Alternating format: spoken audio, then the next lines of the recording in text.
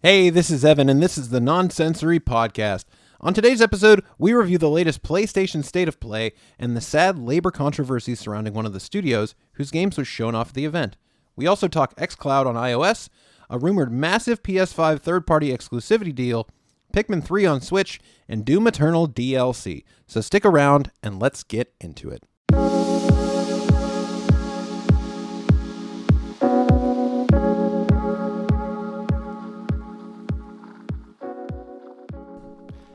Hello and welcome to episode 21 of the Nonsensory Podcast. You can hear our deliciously velvety voices every week by finding us on Spotify, iTunes, Google Podcast, and Stitcher. Delicious. If you'd rather see our gorgeous faces. Gorgeous. You could also subscribe to us on YouTube or come check out our regular Tuesday stream on Twitch at twitch.tv/nonsensory. On social media, we tweet at Nonsensory1, or you can find us on Facebook at Nonsensory Podcast. You can also support us on Patreon. Just go to patreon.com/nonsensorypod. We have 4 tiers of membership ranging from $1 to $20, and perks range from getting to vote in polls to getting to read a personal greeting at the start of our show. Evan. Joseph. What's up? Welcome back. Yes. No, I Welcome should say back, that. you. Welcome Yes. back, us. We have Welcome returned. We had a little bit of a hiatus for a week. It was my wife's birthday, so we were disposed in the lovely Cleveland of Ohio with all the other flatlanders. You might be the only person to ever call Cleveland lovely. The lovely Cleveland of Ohio. I'm sure LeBron thinks it's lovely. So yeah, we were just we were away for a couple days, and now we're back, and that's really it. So how about you, Joe? How have you been? Things have been okay. Okay. Not too much developmentally. I got my emissions certification, so Nice. got a raise. Now I have more responsibility to the state, so I can get in a lot more trouble. Mm-hmm. But other than that, I mean, everything's pretty good. Nice. Yeah. Cool. My son's birthday is on Wednesday. Yes. So, Happy birthday, James. Yeah. Everybody in the comments wish James a happy birthday. he's turning 3, little man. All right. So with that, shall we move on to the next segment? Yeah, let's do our question of the day. I'm intrigued because I don't know what it's going to be. If you could breed a hybrid animal of any 2 species, what would you choose? Oh, that's easy for me. Okay. Because Jackalope already exists. You you can't say jackalope. Platypus wait. too. You can't do that. So I can't pick something that already exists? Well, jackalopes don't already exist. That's not a real thing. It's not a real thing? No, they're not. Fraser told me it's a real thing. It's not a real thing. Damn it. Okay. Well, now that changes everything. Jackrabbit and antelope, go. I actually would do a liger or a tiglon. Okay. Because, yes, they've already been done, but if I could have my own, I mean, it's terrible because they suffer their entire lives until they die. So which kind of puts a damper on things. It does. It really does. But they in this hypothetical, they don't, though. Yes, let's just say they don't. They lack something in their genetic coding that stops their growth, so they just keep getting bigger all the time until they die. Really? Yes. So they're just gigantic by the time they die. Huge. That's nuts. They get as big as like cars. Wow. Okay. Well, my answer, I think, it doesn't have to be practical, right? Well, 'cause my thought is like that would be an awesome weapon of war. Like who's gonna mess with me and my Tiglon? Come on. No, I would do like a rhino, because rhinos are pretty cool, and they're just they're like thick. You could shoot a rhino with a cannon, and I'm sure it would live. Maybe. You know what? What would you mix it with? This one's tough because an armadillo. Make it more armored. Yeah, maybe it's just like a giant rolling, because armadillos can roll too. So like if it had like the ability to imagine if a rhino could curl up and roll at you, and also be able to like stand on all 4 legs and charge you with its horn. That's pretty cool. But both armadillos and rhinos aren't like really aggressive. They're more they're passive and less threatened. Yeah. But then again, most animals are like. There's very few animals that like actively go out to like harm other things unless they're going out for food. Wolverines have been shown to kill for sport. right, there you go. A rhino and a Wolverine. I'm just going to do a rhino and an armadillo. Yeah. No, I think it's pretty cool. Because if I do a rhino and a Wolverine, then I completely can't do the rolling ball of death thing, and that's friggin' awesome. No, but just imagine it's a giant furry rhino that's also hyper aggressive and like just a weasel. It's a weasel, a giant fuzzy rhino weasel. Right, giant frizzy rhino weasel. I like it. I think I'll go with that. If you guys have any ideas, any ridiculous thoughts, please leave them in the comments below or send us an email at nonsensorypod@gmail.com, or you can hit us up on Twitter at nonsensory1 and, tell us what you think. Tell us if you think our ideas are really dumb. Yeah. Or any dumb ideas that you might have. So, yours was way better than mine. Oh, I don't know. Yeah, it was. yeah, it was. Okay, Joe, with that out of the way, would you like to get into the first bit of news? Absolutely, Evan. All right, let's go. So Yoshinori Ono, producer of Street Fighter, leaves Capcom. This is I don't know how to take this. So this is an article by Chris Moy. So I did that twice in a row.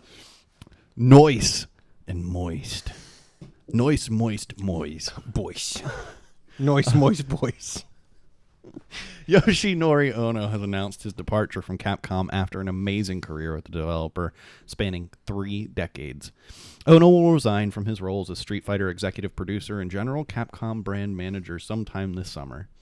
Speaking on Twitter, I say the same things all the time. Ono thanked fans and the FGC fighting game community? Yeah, I think that's what that means. Okay. For supporting him throughout his tenure with Capcom, referencing the good times, bad times, and non-existent times, I guess, he has experienced while producing the Street Fighter franchise. Quote, "My heart is filled with appreciation to those players who've been giving warm and kind support of the brand," said Ono, ending his statement with his trademark, "Shoryuken!" battle cry. That probably spiked. It did. It's all right.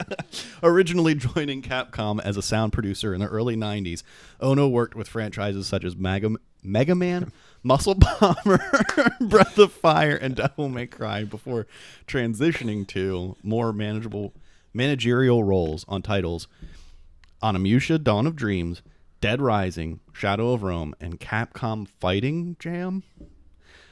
Ono is considered the driving force behind Street Fighter's spectacular 2008 comeback, essentially considered a dead franchise by Capcom. Ono lobbied hard for Street Fighter 4 and its back-to-basics theoretic. While the sequence, Evan, this is bad, with the sequel launching to incredible success, Ono has since been the spearhead for the flagship fighting franchise, overseeing the production of mainline sequels, spin-offs such as Street Fighter X Tekken. Is that, how do you say that? Street Fighter X Tekken, yeah. Okay, that's what I thought. The Street Fighter Resurrection web series and the Capcom Pro Tour Esports League. So at the top of the show, we said it's good to be back. Part of that is going to be kicking off a little bit of the rust. Yeah. We're back into it. But no, this is a big thing. There's no doubt that the guy had, people love Street Fighter. It's one of the classic fighting games of all time, and it was dead for a very, very long time. Yeah. And like the article went on to say, he was the one that spearheaded basically the push to have Capcom revive the series and actually give it the shot that it needs, besides, making games that were like the old games where they were just 2D sprite fighters, or remasters or re-releases of the old games. So they had Street Fighter 4, then they had 5, and then they had some special editions of both of them that bundled stuff together. So yeah, it sucks to see that the guy's leaving, but it doesn't really say what he's going to be doing beyond this. If he's going to stay in. Is he just in retiring? Gaming. Yeah, exactly. I don't know if he's just done. I don't know if he's an older guy, because that's the thing, is a lot of these Japanese developers stay in development for a very, very long time. Yeah. The guys behind Dragon Quest. When we were doing the Xbox reveal event, when they were talking about the first party games, those guys were all older, and the guys behind the new game from like the Sonic guys and Knights. Those guys are all older. Kojima's older. Like Miyamoto is still doing this. Yeah, so he's like the OG. That's gonna be maybe that should have been the question of the day. Like, when do you think Miyamoto is done? Oh yeah, when do you think he'll retire? He's been in it for so long. So like, I'm happy that the guy's getting out of it kind of on top. I mean, there was a little bit of a poor reaction to Street Fighter V from what I've heard, but I mean, it's cool that he's getting out of there and like is. If happy he would have with what retired back at like 2006. That would have been bad. Yeah. It would have just been like, well, Well, we probably would have never had Street Fighter either. We probably would have never had the Street Fighter 4 either. So, without that guy, I think there'd just be one less awesome fighting game for people, and that's... I mean, it sounds like he had influence beyond that. Oh, yeah, for sure. So, I mean... Dead Rising. I mean, I know Onimusha, but I don't know Dawn of Dreams. Yeah. I don't know if that's a sequel. I've never heard of Capcom Fighting Jam. But he was a sound producer. And he was involved in Mega Man, Breath of Fire, Devil May Cry. So it's interesting that he went from a sound designer, producer, to a game director. So, but yeah, good luck to you, Yoshinori Ono. Yeah, whatever you do. I wish you success. Stay moist. Stay noise. Stay. Do it twice. Okay. Let's get into the big PlayStation State of Play that took place this past Thursday and showcased a bunch of PlayStation 4 and PSVR titles alongside a new clip of our favorite game, Bug Snacks. Bug Snacks! So the PlayStation State of Play wasn't like the previous State of Play where it was a bunch of PS5 news and, Miles Morales got shown, Horizon 2 got shown, all these big announcements. It was more of like, here's what's still coming to PlayStation 4 and PSVR that you should be excited about, which I think is important. They focused on that stuff and said like, hey, PS4 isn't going to get kicked to the curb. In my male feminist opinion, yes, it was so happy you remembered it. It was basically back to an ordinary state of play. Right, yeah. They've always been, before the PS5 reveal before that, it had been mostly like smaller stuff, not huge announcements. So this is more in line with what it has been. But there were some interesting games that got shown. We'll just go down a quick list of them. Crash Bandicoot 4, It's About Time. They showed a new trailer for that. They talked a little bit about, regrettably, some of the microtransaction-y looking things that are into it.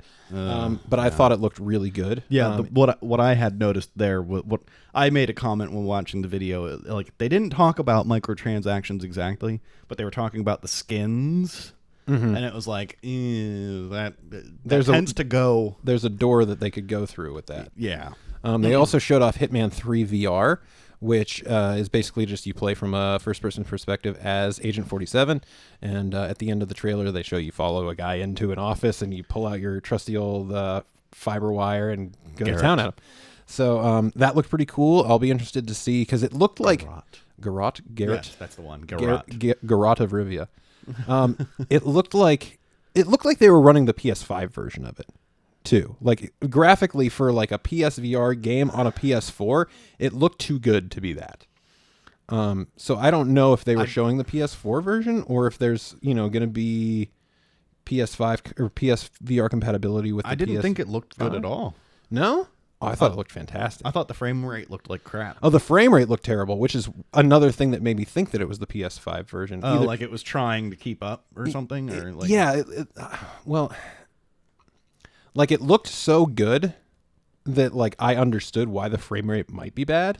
Right. But also, that doesn't make sense because VR is so reliant on frame rate that it seemed really weird that it would be so choppy. Yeah. Like, I wouldn't want it to make you sick, but it... And they also, as the trailer, it was like they didn't show you how the locomotion would work if it's all on rails, because you're, like, following a dude. It's like, are you using the controller to follow this person? Stuff like that. So, they also announced a Braid Anniversary Edition, which is... How many years has it been? Has it been like 10 years for Braid or something? I think it was the 10th. I never played the... I think it was the 10th anniversary of Braid, so they're doing like a whole 4K upscale, everything, like, 9 extra pixels for every pixel in the original game or something like that? It does look incredible. Yeah, the animation, like the movement and the smoothness in the animation, you can totally tell the difference. But not only did they up the pixels per pixel, but they actually redid the animations to create the smoothness, and it's gorgeous. I'll let you talk about these next two because these were, your reaction to them was very positive, and I want you to like kind of get to talk about them. Oh, the Pathless. So this is like female archer, And from a male feminist perspective, Joe, why don't you tell me? Yeah, from a male feminist perspective, it looked amazing. So we are purposefully making fun of some idiot on YouTube. But anyway, I'm not going to name him because he's an idiot. Yeah. So anyway, when they first started introducing the game and they were talking about what it was going to be, and the first couple of shots, I'm like, this sounds exactly like Ghost of Tsushima. Like, I was like, I don't know. Tall grass. The wind is very involved. Like everything's blowing in a very like unrealistic way. They're like, it's a semi-open world. You kind of meander, blah blah blah. There's no set path. All this, and like it was like, it just sounded very very Ghost. But in any case, it looked so intense. I'm trying to remember.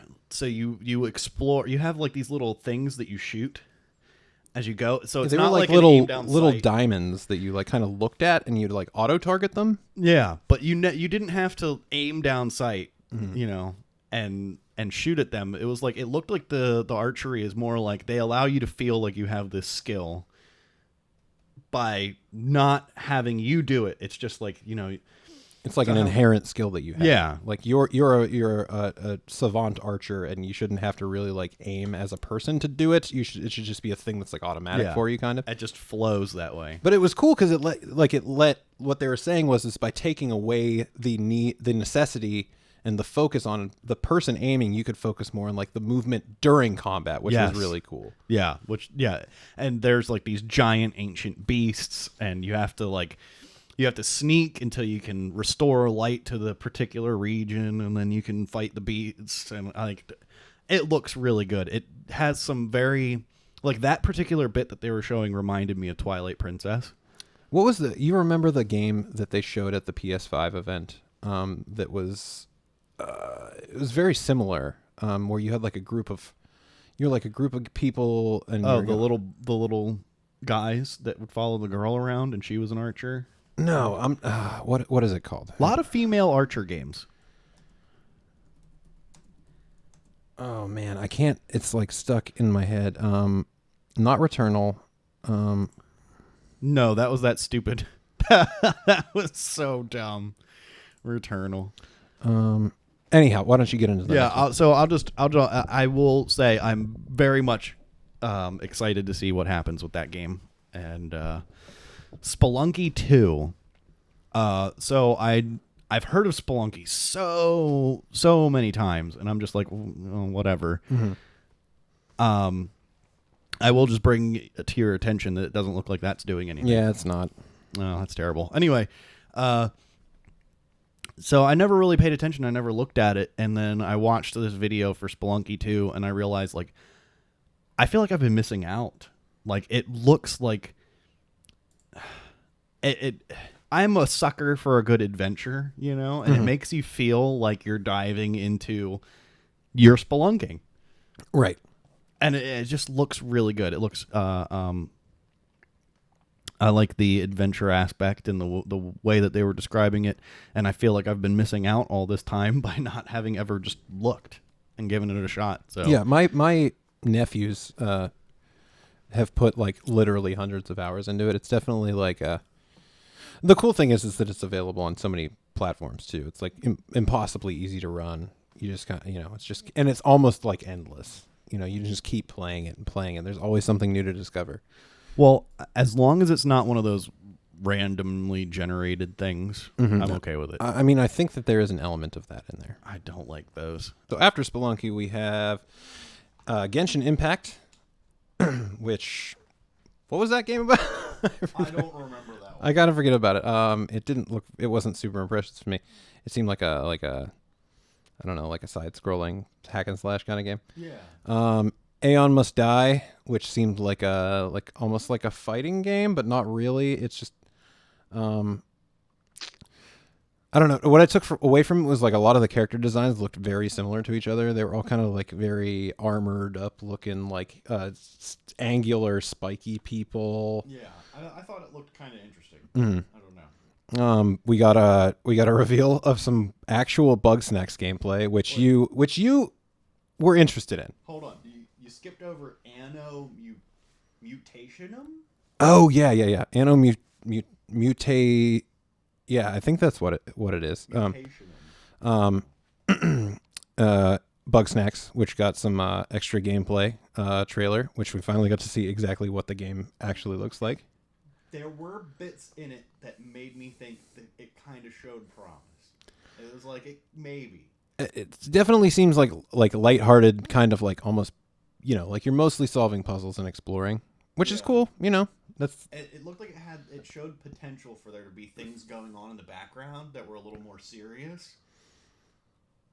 So, like, I'm wondering if it's one of these games that, like, it's doing the comedy of having the lighthearted up front, and there's really, like, dark stuff going on. Yeah. You know what I mean? That's the vibe I'm getting, and it shows a lot of promise there. So they also showed Control's new expansion, the second expansion called Awe, which didn't really tell me much. Like, there was very much like hard cuts with like whoa kind of stuff going on with the music, and then you saw more of it. Looked like more Control.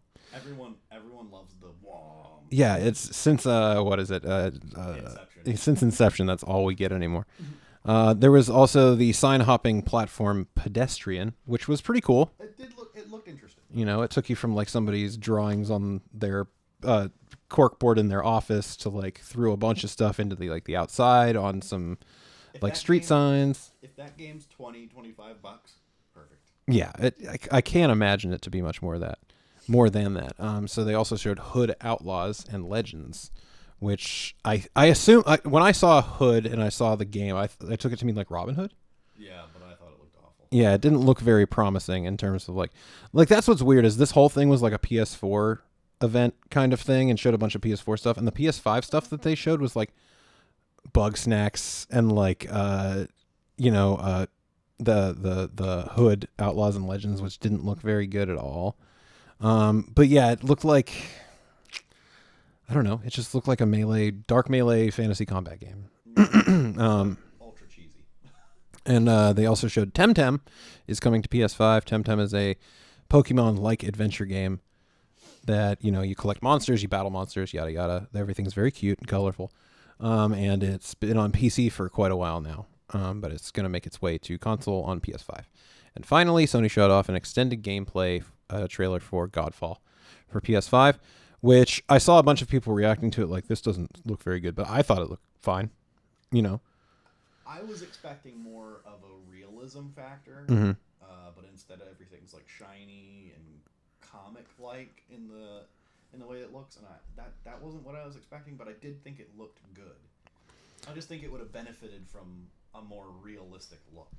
Yeah, and I also it's not one of those as a PS5 exclusive, it doesn't look like it's going to hit you over the head with something like revolutionary and new. We've had hack and slash games, the combat doesn't look like revolutionary or different. You have different stances with different weapons, yada yada. It's an equipment based looter game. Yeah. But it still looks perfectly serviceable, I would say. Like if I bought it as a game to just play and I wasn't expecting it to be like, The Last of Us or Ghost of Tsushima, if I was just expecting it to be a solid hacker, like a solid hack and slash game, I think that's what it will be. As a male feminist, I agree. As a male feminist, I'm very happy that none of the armor sets are very revealing and sexualized. I'm sad about that, actually. But anyway, unfortunately, a sad piece of news related to one of the announced games. Eon Must Die, or Aeon? I think it's Aeon, yeah. Was published shortly afterwards. This is an article from Kotaku by Ian Walker. Sorry. A group of developers went public today with serious accusations of overwork and theft against their former employer, the Estonian studio Limestone Games. The claims surfaced shortly after a trailer for Aeon Must Die The game, they say, was stolen from them was shown during today's State of Play broadcast. In total, 8 members of the Eon, whatever it is, Must Die, AMD, that's what I'm going to call it, creative team resigned from Limestone Games in June, according to a cache of testimonials published by former employees earlier today. The ex-employees attribute the decision to what they describe as poor working conditions at the studio and the behavior of its chief executive. Limestone Games has not publicly responded to these allegations. Quote, this trailer was created with abuse, manipulation, and theft. The description of a third-party YouTube upload of AMD video reads before linking to the aforementioned Dropbox repository. Quote, people who have worked on every shot of this are no longer with the company holding IP rights. Some were not even paid for their work. The real IP for the game was stolen from the creators via foul play. Unquote. While names and other assorted details have been redacted from the Dropbox documents because of the ongoing legal situation, the complaints are led by accounts from former CCO Alexei, not even going to try, Niho is where I'm going to go, who co-founded Limestone Games in 2016. According to his statements, he received little support from the current CEO, Yaroslav Lysenko, I think. In hiring additional developers to work on AMD, leading to severe workload issues that he says often resulted in long stretches of crunch. Niho goes on to accuse Lysenko of working with a major investor to become the studio's sole board member and assume total ownership of Limestone's intellectual property, while Niho's focus was on development. So I didn't put it in here, but there was an update to the article that basically said that they contacted the publisher of the game, Focus Home Interactive, and the publisher said, like, we have been made aware of this, we weren't aware of this, and now we're looking into it, but these allegations are at the developer and not at the publisher level. So they're basically saying, like, I am not involved at all, or we are not involved at all. So, we'll look into it, but this is nothing from the publisher's point that they did anything wrong. But this really sucks. Because these people are obviously owed back pay and overtime. I find it funny that they say that the game was stolen, though, because it wasn't stolen from the developers. Like they work at the studio, they created the game, they put in the work, but they are owed back pay. But the game wasn't stolen from them. The game was taken from the other executive in terms of his control. That's apparent. Yeah. Can you really say something stolen from you if you don't own it? It said they left. Yeah, they resigned. Now, if you do that, I'm not saying that they're not justified if your working conditions are rough, but if you walk away, no one's taking anything from you. Right, yeah. You left. Yeah. So it does suck, but it seems like also I don't see how this isn't gonna be I don't see how the legal action that they take against them can be for anything other than their owed back pay. Because they work the overtime, they have the records. We worked this time. We were not paid for it, and so they'll go and they'll probably get this back pay. But it seems like according to his statements, he received little support from current CEO Yaroslav Lysenko in hiring additional developers to work on Aeon Must Die, leading to severe workload issues. And Niho Roshkin goes on to accuse Lysenko of working with a major investor to become the studio's sole board member and assume total ownership of Limestone's intellectual property, while Niho Roshkin's focus was on development. That sucks, but it also seems like this person was naive as CCO and should have done more diligence to make sure that stuff wasn't happening behind his back. Because you can't just... business is slimy, and it sucks that it's like that, and it sucks that you have to kind of look out for people like that. But stuff like this happens all the time. Yeah. And as somebody that's in a C-level...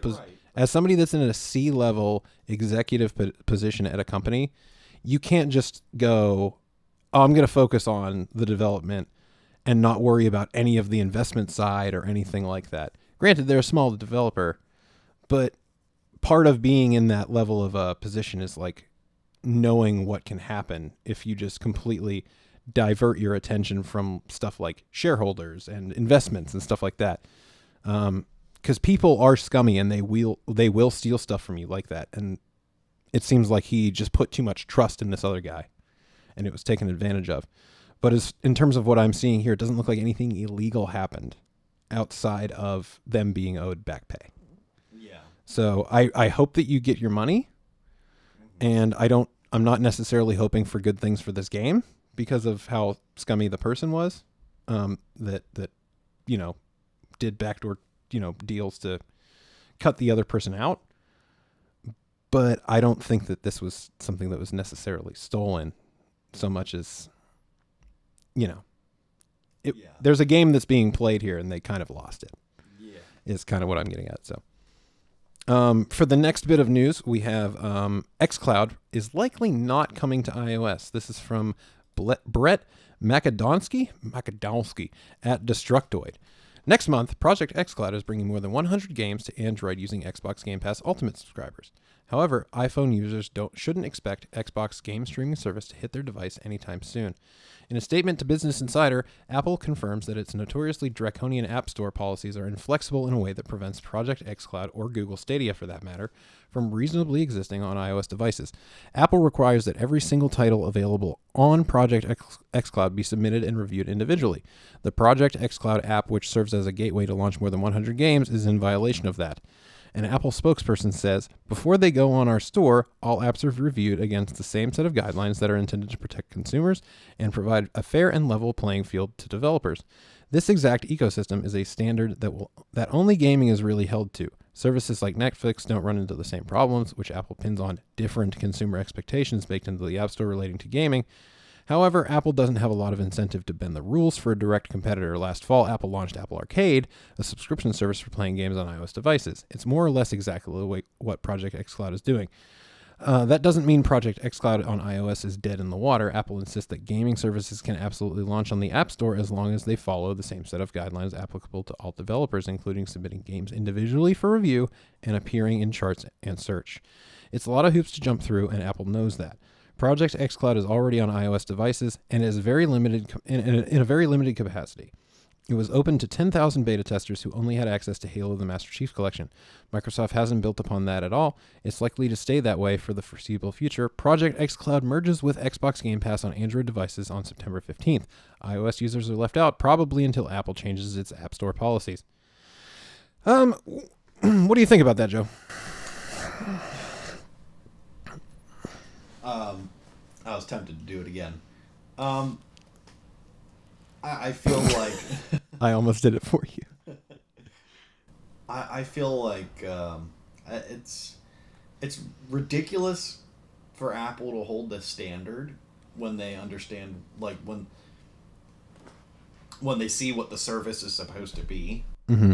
It's not a singular game. Right. I understand their idea of we want to hold a particular standard with the games, because it is annoying as an Android owner. If you're looking for games, you have to wade through endless piles of garbage. Yeah. Mm-hmm. But the idea that you want to test every single game that's coming to, like, can't you just figure that Xbox is already putting things on there that have to pass their standards? See, I don't know, because like you would hope that would be the case, but like what's happened with PlayStation and the PlayStation Store is that they've literally just let people put up like Unreal Engine, copy paste garbage games on the PlayStation Store, where you'd think like, how could this possibly be a game that PlayStation is selling on their store, and yet it's there, and that's kind of the thing that, like, I understand. To me, this sounds like a lot of sour grapes to me on Microsoft's part, because they're very much like, why should we have to do this? We have hundreds of games. It's going to be impossible for us to do. And it's like, well, then don't do it.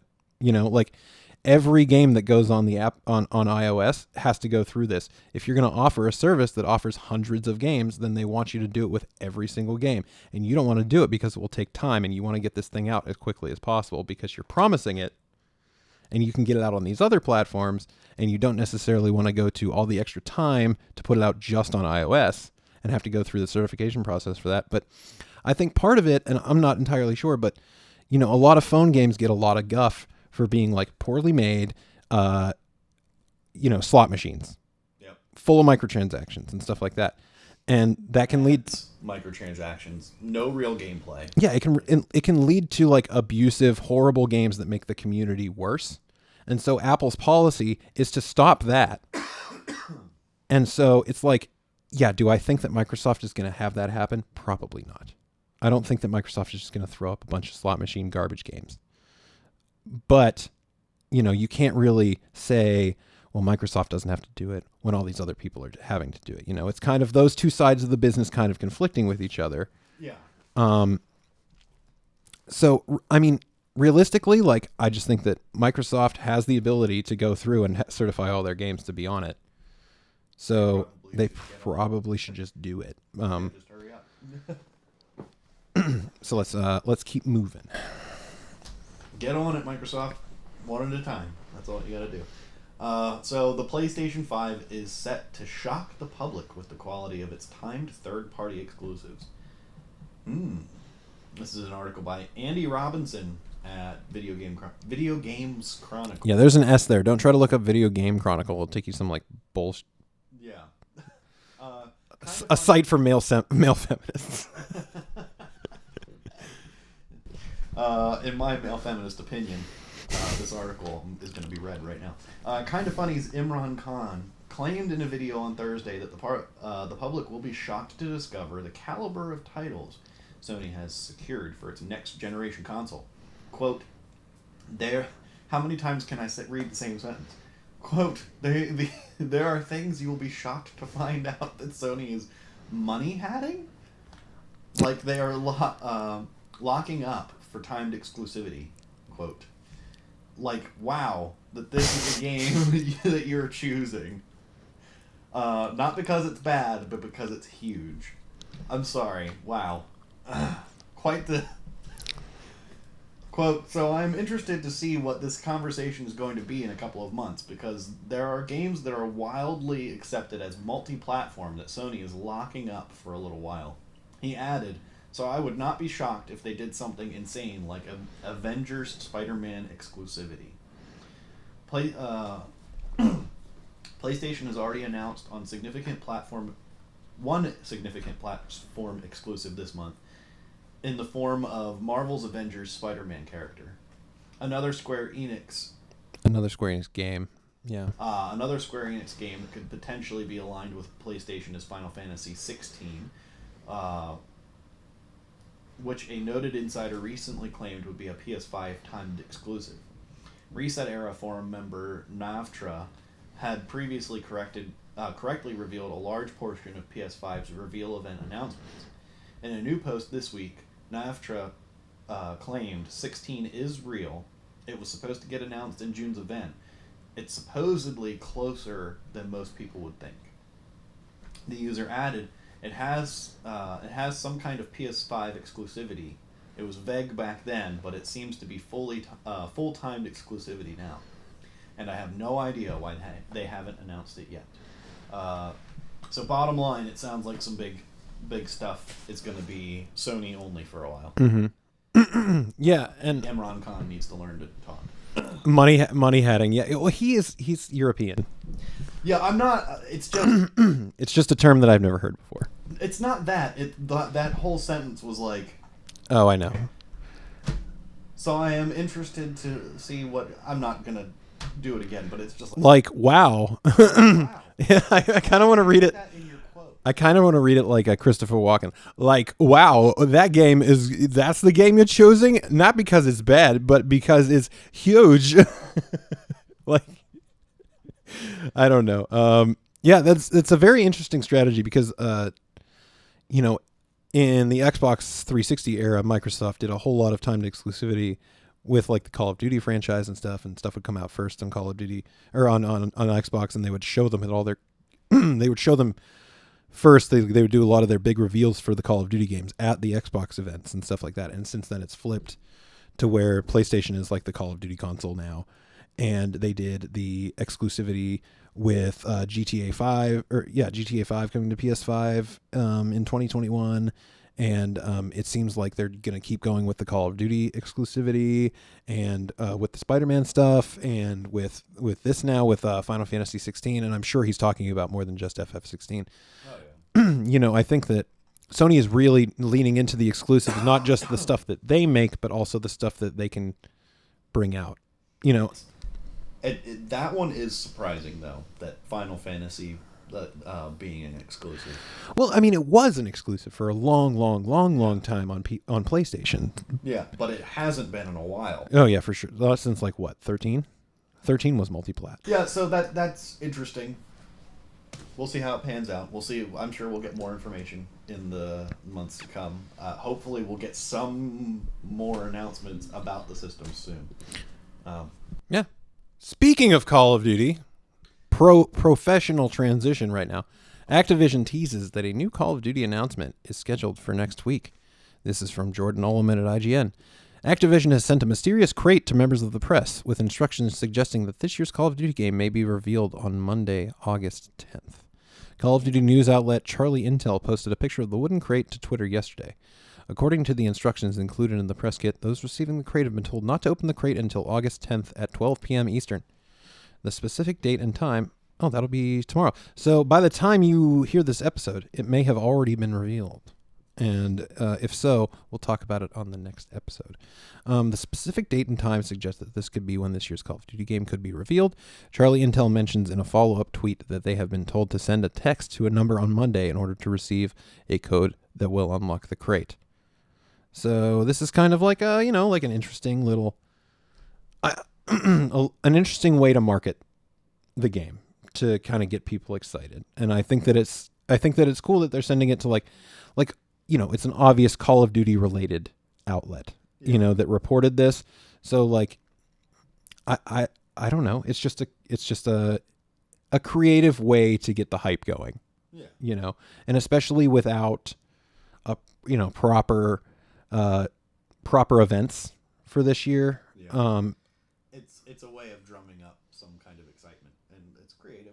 Yeah, and not long ago they already had the talk of how like future installments of Call of Duty will be integrated with Warzone and stuff. So I think that for me that kind of meant like it kind of made me feel like, okay, so is Call of Duty going to be less special from year to year now? And so I think that this is kind of a way to. It had to have been special year to year. As long as they. Because year to year, I've never really given a crap about the multiplayer, and now that I do with Warzone, but if they're still going to continue to support Warzone through the future, like I never really have looked at Call of Duty, or haven't in a long time looked at Call of Duty in terms of like what are they going to deliver me this year from a multiplayer perspective. Well, okay, so my opinion on it is like now that they have Warzone, you can have this consistent multiplayer experience that they can gradually improve and modify.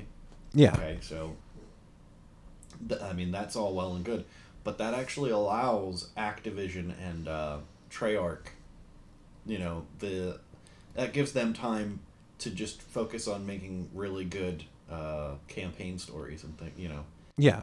And I've always liked the campaigns. Yeah, I love the campaigns of Call of Duty. I think they're great. I think they're fast. I think they're fun.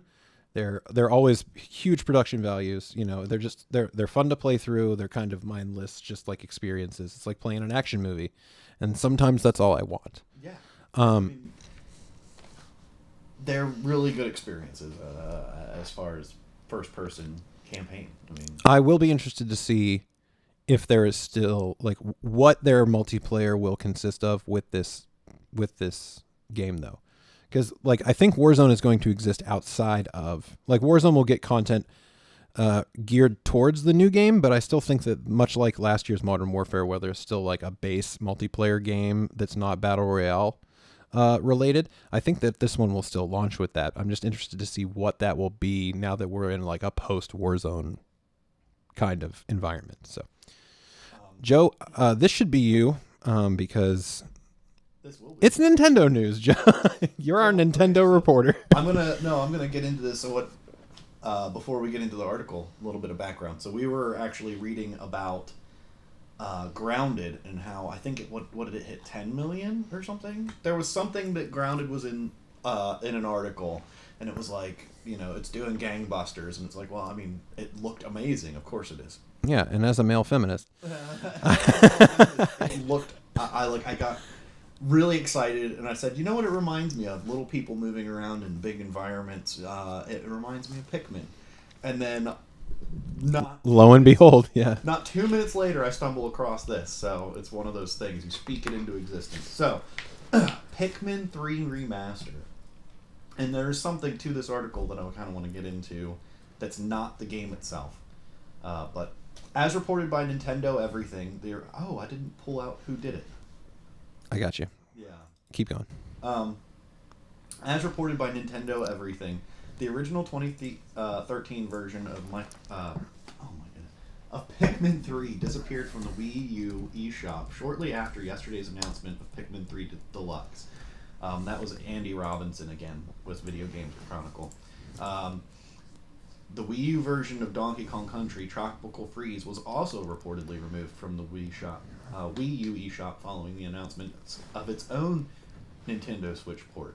Pikmin 3 on the Wii U was priced at $20 when it disappeared from the shop, while the new deluxe version will retail for $60 $59.99 on Nintendo Switch. The game is still available physically from various retailers. Pikmin 3 has been pulled from the store. Pikmin 3 is the latest Wii U title to be ported to the Switch following Mario Kart 8, New Super Mario Bros. U, Donkey Kong Country Tropical Freeze, Captain Toad's Treasure Tracker, and Bayonetta 2, and there's way more. I mean, it only makes sense. We'll get there. Switch's Pikmin 3 Deluxe version will release on October 30th with new story content, co-op features, and settings that make it easy for newcomers to jump in, Nintendo said. Most significantly, Deluxe adds new prologue and epilogue story missions featuring protagonists Olimar and Louie, the ability to play in co-op on the same console, as well as head-to-head multiplayer matches in the form of Bingo Battle. Okay, so I love Pikmin. This is awesome.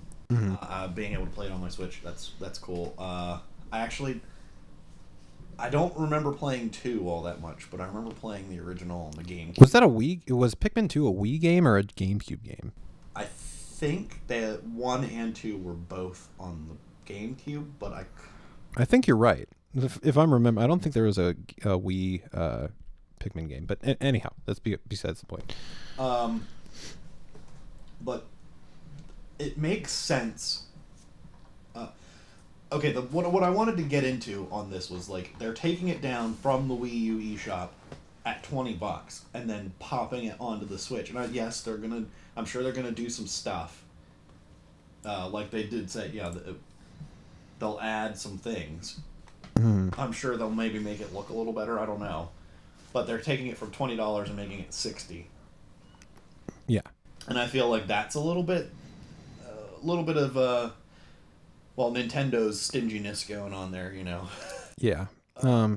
Yeah, it's the fact that it's still $20 on the Wii U eShop too, or it was before they removed it, is kind of ridiculous to me. Right. But the reason that I think, as a male feminist, I think that that's a thing. I mean, you listen to that list. Mario Kart, New Super Mario Bros., Donkey Kong, Tropical Freeze, Captain Toad, Bayonetta, all these. They're redoing all. I mean, yes, everyone else does it too. Like. Mm-hmm. Yeah. But I think Nintendo's specifically doing it for the Wii U. Like, Nintendo's not usually one of those ones that redoes a lot. Yeah. They did it with Zelda, Ocarina of Time, but, like, for the most part, they don't do it too much. But the Wii U failed so hard. Yeah. We need to bring all these games, because people need to know that these were good. Well, it's not just that they were good, it's that they sold so significantly worse than what they thought that they probably should have for the development cost, It's like, all right, well, they probably lost a bunch of money on all of those games, so they might as well just release them. And a lot of people didn't play them. You know, there's so many people that did not have a Wii U that bought a Switch that are like, you know. This is an experience that's still going to be new for you. Exactly. Even if it's an old game, it's still a good Nintendo game, which is, you know, decades down the road, old Nintendo games are still freaking awesome. Yeah. So, like, I don't think that, like, New Super Mario Brothers U, fantastic game. If it was 10 years from now and they still released it, I'd still be like, this is a great game. You know, absolutely. I just think that it sucks that it's going to be $60. I get it. I don't know the amount of work that went into porting this over. Maybe it justifies the extra $40 that they're charging for it. I'm not sure. I think it's scummy that they pulled down the old one. Like, why not just keep it there? If you want to play it on your Wii U, you can still get it for $20. Yeah, that's what doesn't make any sense. It's like, okay, nobody bought the Wii U, so we're going to release the game on a thing that people already have, and then get rid of it on the other thing. It's like, well, these don't relate. There's the Venn diagram of people that have a Switch and people that have a Wii U is probably so small that the fact that you would like pettily remove it so that people have to buy the $60 version on the Switch is ridiculous. Yeah, that one's got me a little puzzled. It's like nobody's going to go, oh man, I love Pikmin 3. Oh, it's $60 on the Switch. I'm going to go get a Wii U and buy the $20 version instead. Like nobody's doing that. No. Like, yeah.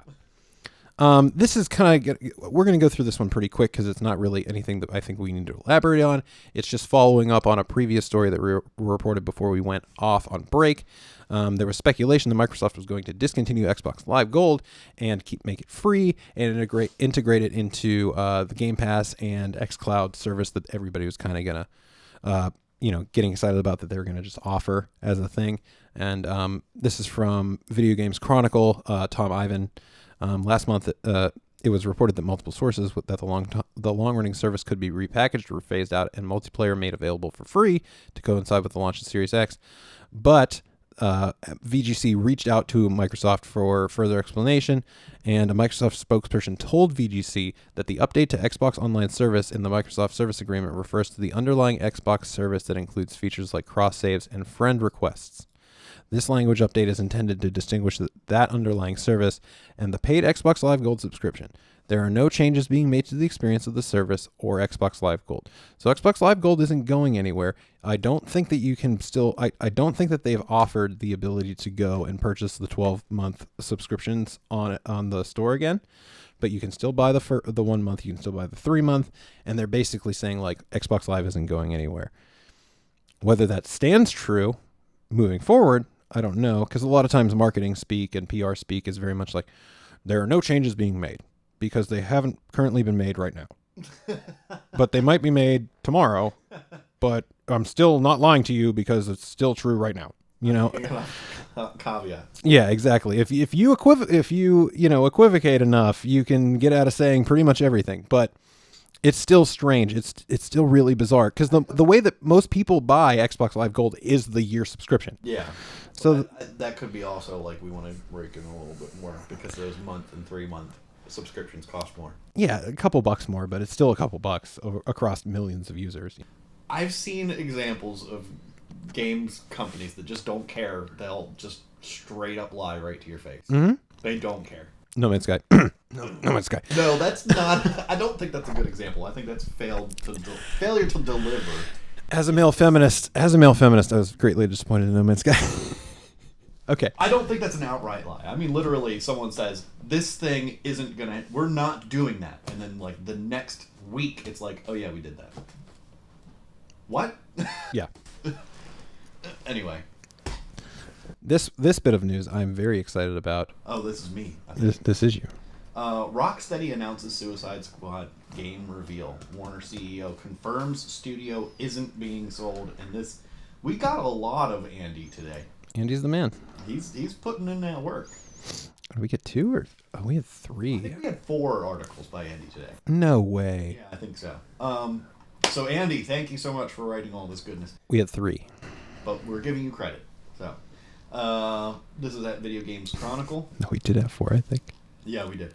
According to several reports this summer, Mortal Kombat and Batman Arkham publisher Warner Brothers Interactive had been put up for sale. According to reports from CNBC and the information, is that a CNBC and The Information, which is some sort of probably CNBC-like news organization. Okay. Warner's parent company AT&T was looking to generate around $4 billion to pay off some of its substantial debt. Yeah, I would say that's substantial. EA was said to be one of the interested parties alongside Take-Two, Microsoft, and Activision Blizzard. When we talked about this at length in other episodes. Mm-hmm. However, in an extensive update on plans to restructure the Warner Group, it looks like the games division is staying put. Warner Media CEO Jason Kilar Yeah, sure. said that this following proposed changes to the company. Warner Brothers Interactive remains part of the studio and networks group. The news coincides with the announcement of a new title from Rocksteady, Batman Arkham Knight, based on DC's Suicide Squad. The UK-based studio will reveal more details on the game during DC's Fandom event on August 22nd. It said on Friday. Warner Brothers Interactive also owns NetherRealm, which is Mortal Kombat, TT Games, Lego, Monolith, which is Middle-earth Shadow of War, and internal studios based in Montreal, Boston, New York, and San Francisco. So basically, they're saying, no, we never said that. Yeah. Again, I think that this is also kind of what we were talking about with Microsoft, where it's like, currently we are not selling them. Yeah, It's like Warner Brothers Interactive remains part of the Studios and Networks group. Yes, it does. You haven't sold them yet. They still are there. I think it's partly that, and like maybe they're seeing that there's not enough interest. Maybe they're not quite getting the number. They're not hearing the numbers they want to hear. Maybe, and but saying that if you're not hearing the numbers that you want to hear, and so then you say, oh, never mind, we're not going to sell them. What does that do? Are you basically saying like, screw it, we are going to stick with it? Well, Or are you trying, how does that help you? Maybe I'm just trying to think of it. Is there a way that it possibly helps you increase the appeal of the properties? Here's the Warner Brothers Interactive isn't hurting. They're actually doing well. Right. Like all those games are doing well. Oh yeah, the Lego games and stuff. I'm sure they make up so much money off the Lego games and stuff. Oh yeah. Yeah. So, like it's like you can say, hey, look, we're not hurting that bad guy. You're missing out on all these games. Mm-hmm. And then maybe you can come back and hear better offers. You know, in this case, it does make sense. I understand how normally just saying, "Oh, well, I'm not going to do it," wouldn't make sense, but I think here it works. Yeah, it's just bizarre that there were multiple reports that they put it up for sale. Yeah, and then it had to have been a thing. It had to have been up for sale. Like, there's no way that they weren't going to. I think that you're right though. I think that nobody really wanted to. Because, like, okay, if you've got Mortal Kombat and then you're a company that doesn't have Mortal Kombat and you buy Mortal Kombat, you're not going to suddenly get more sales of Mortal Kombat. Like Mortal Kombat is a known commodity, I think. Like, basically, if you were to buy it, you're probably assuming, like, we're going to get these sales. Right. And they probably... You're talking about billions of dollars, though. Yeah. $4 billion. Is the Mortal Kombat sales going to recoup that? How long is it going to take? Stuff like that. And plus, it's not like, you're not going to invest in the development of the future games, too. So it's not like you just spend $4 billion, you get all these studios, and then you just make the money. It's like you still have to invest in the future games, too. So it's not just the $4 billion. It's the $4 billion plus development costs over the course of many, many years to get that money back. And I don't know if that's... But it seems like the Lego games have got to be just a money printing machine, So, like... That number is way too high. It is really high, especially for... you look at somebody like PlayStation who bought Sucker Punch in 2011 for like a couple, like $300 million. And you're getting 1, 2, 3, 4 studios for $4 billion. Like, what? Like the only It is a lot later too. the only That was yeah 2011. yeah, but has inflation really gone up that much? I don't know. Here's something that we can all get excited about because Doom Eternal is getting a multi-part story DLC. This is from Austin Wood at Games Radar. It's not a really substantial article because it was more of like a teaser for something that's going to happen way later in the month. But according to Austin Wood, The Ancient Gods Part 1 is the first of at least 2 campaign DLCs coming to Doom Eternal. Bethesda announced the first part of the DLC at today's QuakeCon 2020 opener. The full trailer will air on August 27th at opening night live. The Ancient Gods picks up after the end of the main story in a time where, due to Sony's Slayer actions, the armies of heaven and hell have fallen out of balance. The demons have flooded in to overtake the weakened angelic realm, so the Slayer's been called in to clean up the mess. This is just part 1 of the DLC, so it looks like the cleanup is going to take a while. The teaser itself is very short, at most offering a look at what looks like a new angelic enemy or mini-boss, but executive producer Marty Stratton and game director Hugo Martin offered some more information later on stream. Quote, "Hell was ripped, heaven was torn, and the Slayer's legend grew," Martin says. "Your rampage of destruction saved humanity from extinction, but it came at a cost. Now there's an imbalance of power in the heavens, and the true ruler of the Doom universe must rise to set things right. It's all very cool, very comic book." So I love Doom Eternal. It's so good and it's so hard. It's such a hard game. And I'm just excited for more Doom Eternal. That was one of the things about the last game, that it never got any single player DLC or anything. And that's all I wanted for like years until they announced Eternal. So I think that it's smart for them to have some sort of DLC to like kind of tide people over until the next one. And I kind of like that you're basically going into heaven and trying to set things right. I think that's pretty cool. I think it'll lend to a lot of cool environments and stuff like that. Yeah, I don't see that. I don't see any reason to not like this news. I think Diablo 3 had done that. What's that? At one point, you're defending the heaven realm from demons in Oh, really? Diablo 3. Yeah, I didn't know that. yeah. That's pretty cool. I'm a little confused because like they're saying that Bethesda announced the first part of the DLC at the QuakeCon 2020 opener, which was, it's the 9th right now. We'll record this on Sunday, so it's the 9th right now. Why are they having a QuakeCon 2020 opener this early in the month? And then the full trailer will launch on August 27th at opening night live on the 27th. Like, why are you calling this thing that's coming basically 3 weeks later the opening night and having a QuakeCon 2020 opener right now? It's I don't know. It was when I was reading it, I was like, so there's an opener now and then an opener later. I don't understand what they were trying to do with that. But either way, I'm definitely going to be waiting with bated breath for August 27th to see exactly what they bring with this. I want to see, like, I wonder how long it's going to be, how substantial it's going to be, like if it's going to be, this is part 1 of more than one part. So how is it going to be like another extra level? Is it going to be another couple extra levels? I don't really know.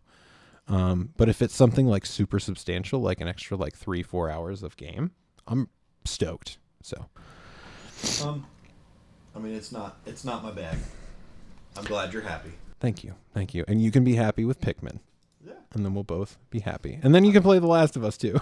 I'm happy. I still have yet to play it, but we are definitely going to have some kind of review of it. I was accused of already having... I was told my opinion already by some idiot online. Yeah. So, yeah. I guess I already know it.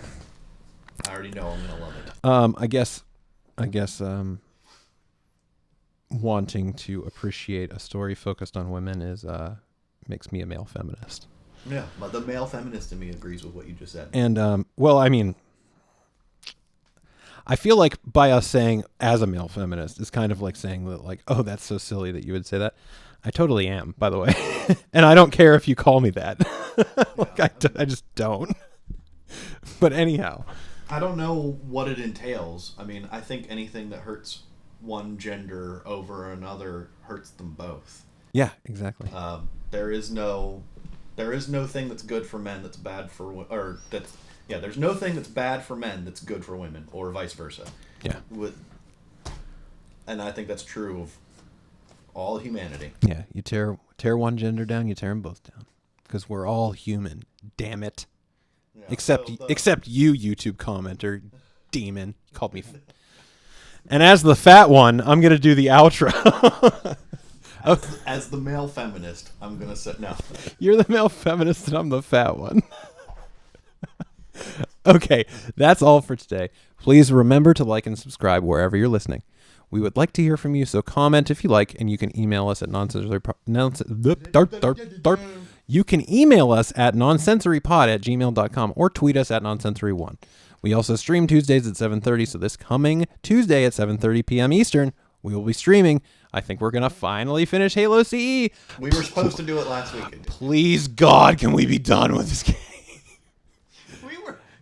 We were so excited to get here, and then it's like, oh. I know. Looking back on it, we were like, man, Halo CE is going to be so good, and it has so not been. And it's not been bad, but we're just like, the core endless corridors of the same thing. Yeah, Copy paste. that's the thing. It feels like they developed the game up into like a little over halfway through, and then they were like, we got to get this done, and then they just started copy pasting stuff, and then the final level is not that, but it kind of is. I don't know. We'll see how it ends. Either way, if you'd like to leave a comment, you can email us at nonsensory@gmail.com, nonsensorypod@gmail.com, or tweet us at nonsensory1, or leave a comment right below in this very video. Or you can also check us out on Twitch at twitch.tv/nonsensory this Tuesday and every Tuesday at 7:30 p.m. Eastern. And if you like, you can support us on Patreon at patreon.com/nonsensorypod. And as always, we love you. Peace and be easy.